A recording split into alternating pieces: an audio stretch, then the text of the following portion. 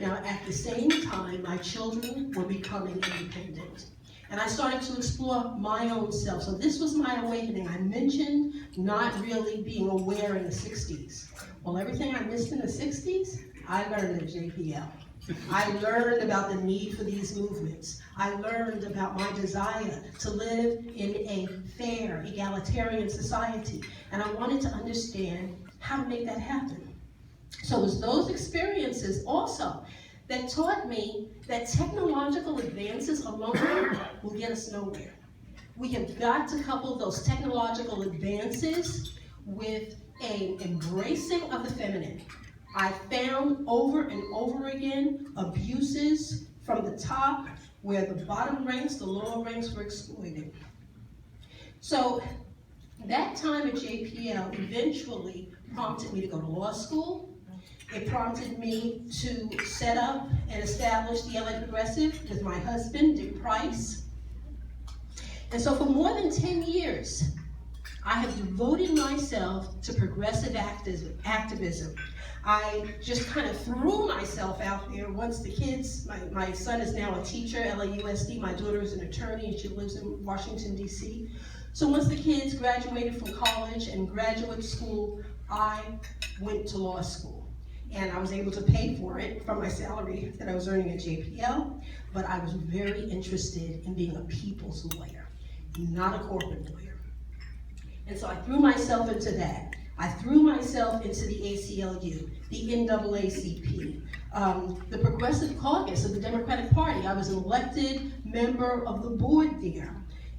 But as much as I worked, all of those organizations, even the most well-meaning, were almost 100% headed by men. And that imbalance, it made me feel like, what the heck am I doing? I'm beginning to feel like what I'm doing is rearranging the deck chairs on the Titanic. Every time I turn around, we got another war. We have another shooting of an unarmed black man.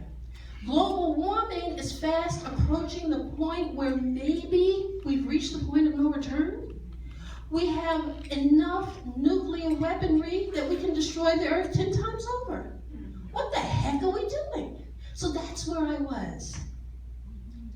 And then, and feeling quite like all of this effort is futile. What am I doing here? But again, I didn't think about, ain't I a woman? So I'm going to tell you a story. When Grace called me, I struggled for days, maybe even weeks after the call. What am I going to say that is hopeful and can have meaning for these people who have worked so tirelessly in this area? I really didn't know very much about your organization. I knew it existed. And I knew that Jane Addams was one of the original founders, and in fact, Jane Addams was one of my heroes. I had Jane Addams' biography, so I started reading it. And I was just pulling information from everywhere. I listened a lot to Bell Hooks, who talks about us being a first world imperialist capitalist patriarchy. So yeah, we know all of the problems, but what about the solutions? And then Nina Simons, who's the founder of Bioengineers, says of all the measures that we take, the legislative actions, the policy, awareness of environmental issues, all the things that we do, none of these amount to a hill of beans until we start to embrace the feminine and we have some balance at every level of society, masculine, feminine balance. So another area in my search to understand, well, how do we do this? I started reading a lot about primates and the work of Jane Goodall. Now initially, when we first started studying primates, we used to believe that human beings were the only savagely violent species in the primate family. But after Jane Goodall, she found out that that was just not true. That there are other primates that kill their others, their family members, males kill, females kill, some use their tool-making skills to fashion more effective killing tools. Other primates even engage in what can only be called warfare. Well, that sounds pretty damn sad. And it led me to feel demoralized. But a few months ago, my daughter sent me an article that just blew my mind. The name of the article was The Garbage Dump Troop. I don't know how many of you know the story of the Garbage Dump Troop. There's a team of researchers studying a troop of baboons that lived in a region where there was a lot of tourism. And because there was a lot of tourism, there were many restaurants. Well, this troop of baboons had taken to using the garbage dump as their main source of food.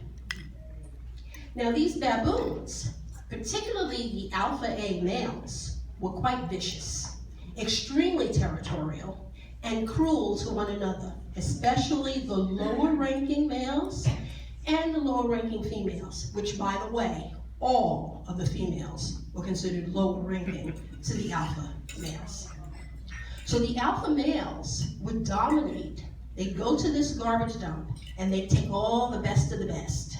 And nobody else better not challenge them, not even attempt to challenge them without experiencing their wrath. Over time, this garbage dump became the place where the restaurant industry started putting rancid meat.